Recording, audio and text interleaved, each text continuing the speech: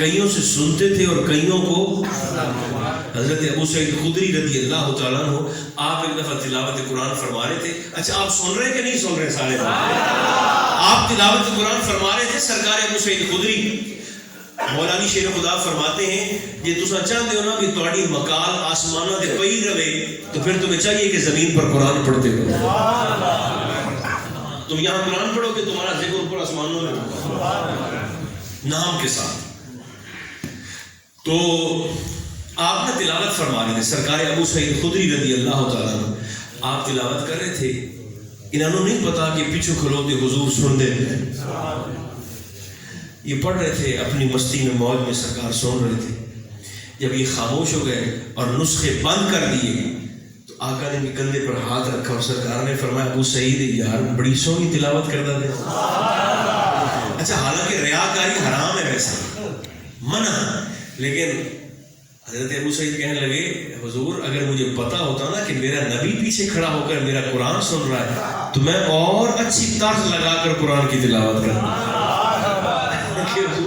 اور یہ اتنے لاڈلے حضور کے صحابی ہیں حضرت ابو سعید خدری رضی اللہ تعالیٰ عنہ, اتنے حضور کے پیار والے ہیں, اتنے قریبی ہیں. حدیث پاک موجود ہے بخاری شریف کے اندر بھی, الفاظ مختلف ہیں تھوڑے بہت, لیکن حدیث پاک بہرحال موجود ہے.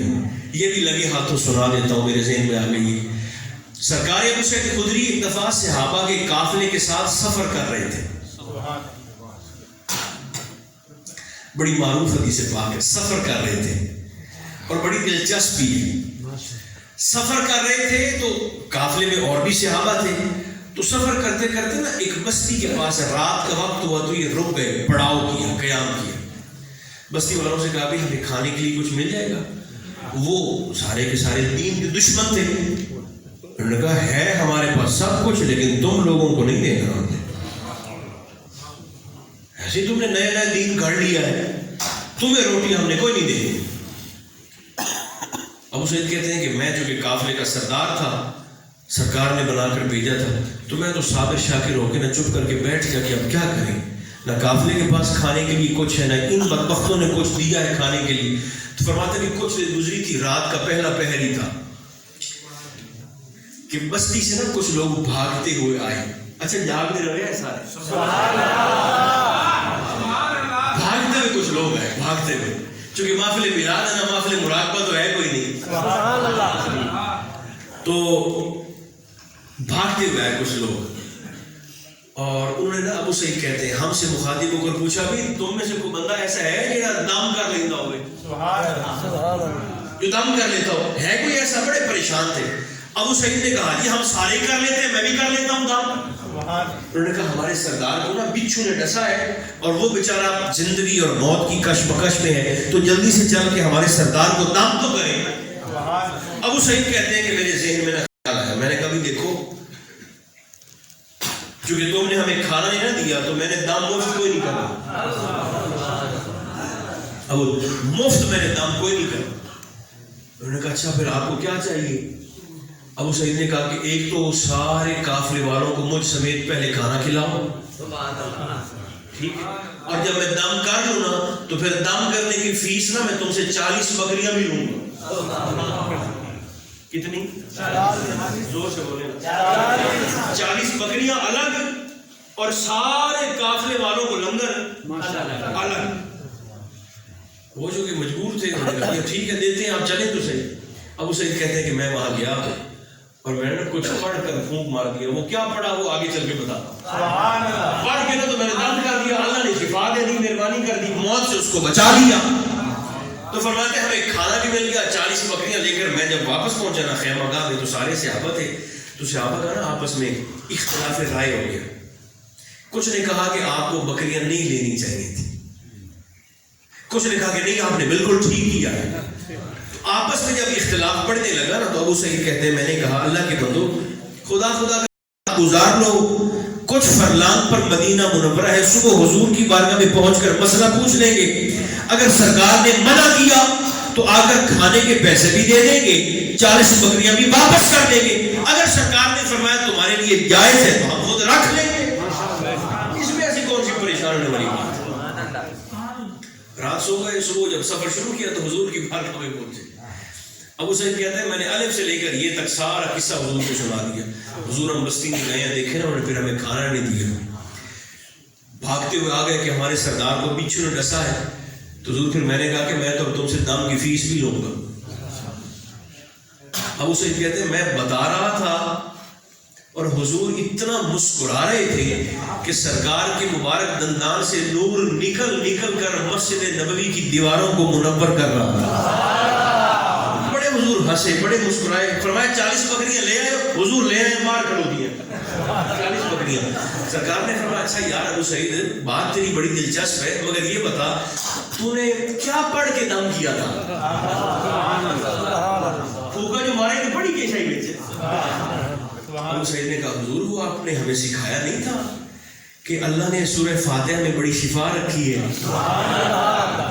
فاتحہ سے دیکھیں اگر کبھی دم کرنا ہو نا, گھر میں تکلیف ہو جائے تو پیر صاحب کا یا امام مسجد صاحب کا یا حافظ صاحب کا انتظار نہ کیا کریں. اللہ نے مومن کی زبان میں تاثیر رکھی ہوتی ہے. جس کو صحیح صحیح تلاوت کرنی آتی ہو نا, ٹھیک ٹھیک جو پڑھ لیتا ہو, وہ خود بھی اگر پانی پر دم کر کے بھوک مار دے یا بچے اور بچی پر مار دے یا خود پر مار دے, اللہ کی ذات پہ کامل بھروسہ رکھ کر اللہ کریم کی فرما دیا کرتا ہے, مہربانی کر دیتا ہے. لیکن زبان میں تاثیر کا فرق وہ بھی بہرحال اپنی جگہ پر بات موجود. تو سرکار بڑا مسکرا ہے. سرکار نے فرمایا کیا پڑھا ہے؟ حضور آپ نے ہمیں بتایا تھا نا کہ کبھی تکلیف آئے تو فاتحہ شریف پڑھ کر مار دیا کرو. تو حضور میں فاتحہ پڑھ ہی دیتا, حضور دم کر دیتا. سرکار مسکرا ہے. حضور نے فرمایا اچھا تو یہ تمہیں پھر دم میں نے سکھایا تھا نا؟ جی حضور آپ نے سکھایا. تو سرکار نے فرمایا پھر 40 میں سے 20 بکریاں میری ہو گئی, 20 تمہاری. یہ اتنے قریبی ہیں حضور علیہ السلام. حضرت ابو سعید خدری رضی اللہ تعالیٰ. تو سرکار نے فرمایا تمہارے لیے جائز ہے, 20 مجھے دو اور 20 آپس میں تقسیم کر لو. تو پھر ایسا ہی ہوا. اچھا وہ جو 20 بھی حضور کے پاس آئی تھی نا, وہ بھی سرکار کے گھر نہیں کی, وہ بھی حضور نے لنگر مدینہ کے غریبوں میں تقسیم کروایا. یہ بھی آپ ذہن میں رکھے بات. تو آقا نے وہ خیرات کروا دیا تھا. جو مجاہدین تھے, جو قافلے والے تھے, جن کے ہاں کچھ لنگر بنتا نہیں تھا. بہرحال صحابہ ایسے اپنے دل پر روح پر توجہ دیتے. وہ حدیث پاک میں بس آخری مکمل کرنے لگا ہوں. حضرت حنظلہ آخری جملے رضی اللہ تعالیٰ عنہ جب یہ سرکار کی بارگاہ میں حاضر ہوئے نا, تو رو رہے ہیں, حضور میں تو منافق ہو گیا ہوں. منافق. سرکار نے فرمایا کیا ہوا؟ حضور آپ کی مجلس میں بیٹھتا ہوں تو طبیعت اور ہوتی ہے, باہر نکلتا ہوں تو حضور مزاج بدل جاتا ہے. میرے کریم پھر یہ تو منافقت ہے نا. آقا نے فرمایا حنظلہ اصل میں یہی تو ایمان ہے. حضور وہ کیسے؟ سرکار نے فرمایا یہ جو اپنی روح پر, اپنے دل پر توجہ کر کے اپنے آپ کو بدلنے کا احساس تیرے اندر پیدا ہوا ہے. حضور نے فرمایا اسی احساس کو تو اللہ ایمان کہتا ہے. تو بے حس نہیں ہے, تو اپنی من کی کیفیت سے لاپرواہ اور بے نیاز نہیں. تیری توجہ دوسروں کے عیبوں پر نہیں ہے, اپنے من کی دنیا پر ہے. لمحہ لمحہ دل کو پھرتے ہوئے تو دیکھتا. اور فرمایا یہ جو ایک احساس کی کیفیت ہے نا جو رب نے تیرے دل میں رکھی ہے, فرمایا اسی احساس کو ایمان کہتے ہیں.